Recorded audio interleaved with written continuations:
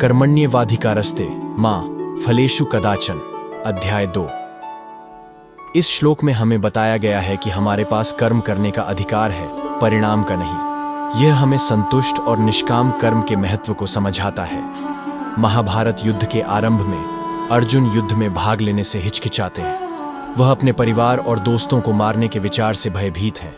वह अपने सारथी और मार्गदर्शक भगवान कृष्ण से सलाह लेते हैं। कृष्ण अर्जुन को कर्मयोग का सिद्धांत समझाते हैं। वे कहते हैं कि अर्जुन को केवल अपना कर्म करने का अधिकार है, परिणाम का नहीं। उसे अपनी क्षमता के अनुसार अपना कर्म करना चाहिए और फल की चिंता नहीं करनी चाहिए। कृष्ण अर्जुन को कर्मयोग का महत्व समझाने के लिए एक कहानी सुनाते हैं। कहानी में एक राजा था जिसके पास एक बगीचा था। राजा ने बगीचे में कई तरह के फल और फूल लगाए थे। उसने बगीचे की देखभाल करने के लिए एक माली को रखा था। माली को बगीचे में पानी देना, खरपतवार निकालना और पौधों की देखभाल करना था। माली को यह भी सुनिश्चित करना था कि बगीचे में कोई कीट या रोग न हो। माली ने अपना काम पूरी लगन से किया। उसने बगीचे की अच्छी देखभाल की। फल और फूल खिलने लगे। एक दिन राजा बगीचे में घूमने आया। उसने देखा कि बगीचे में बहुत सारे फल और फूल हैं। वह बहुत खुश हुआ। उसने माली को बुलाया और उसकी तारीफ की। माली ने कहा, महाराज, मैं केवल अपना काम कर रहा था।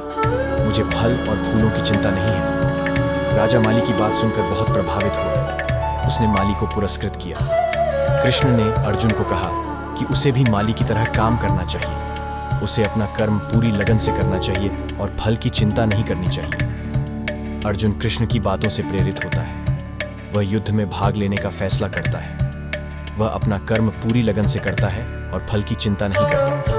अंत में पांडव युद्ध में जीत जाते हैं। अर्जुन को अपनी कर्मठता का फल मिलता है। कर्मयोग का महत्व। कर्मयोग एक महत्वपूर्ण जीवन दर्शन है। यह हमें सिखाता है कि हमें अपना कर्म पूरी लगन से करना चाहिए और फल की चिंता नहीं करनी चाहिए। जब हम अपना कर्म पूरी लगन से करते हैं तो हमें सफलता अवश्य मिलती है। कर्मयोग के कुछ लाभ। कर्मयोग हमें आत्मविश्वास और आत्मसम्मान देता है।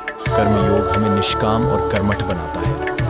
कर्मयोग हमें सफलता और खुशी प्राप्त करने में मदद करता है। कर्मयोग का पालन कैसे करें? हमें अपना कर्म पूरी लगन से करना चाहिए। हमें फल की चिंता नहीं करनी चाहिए।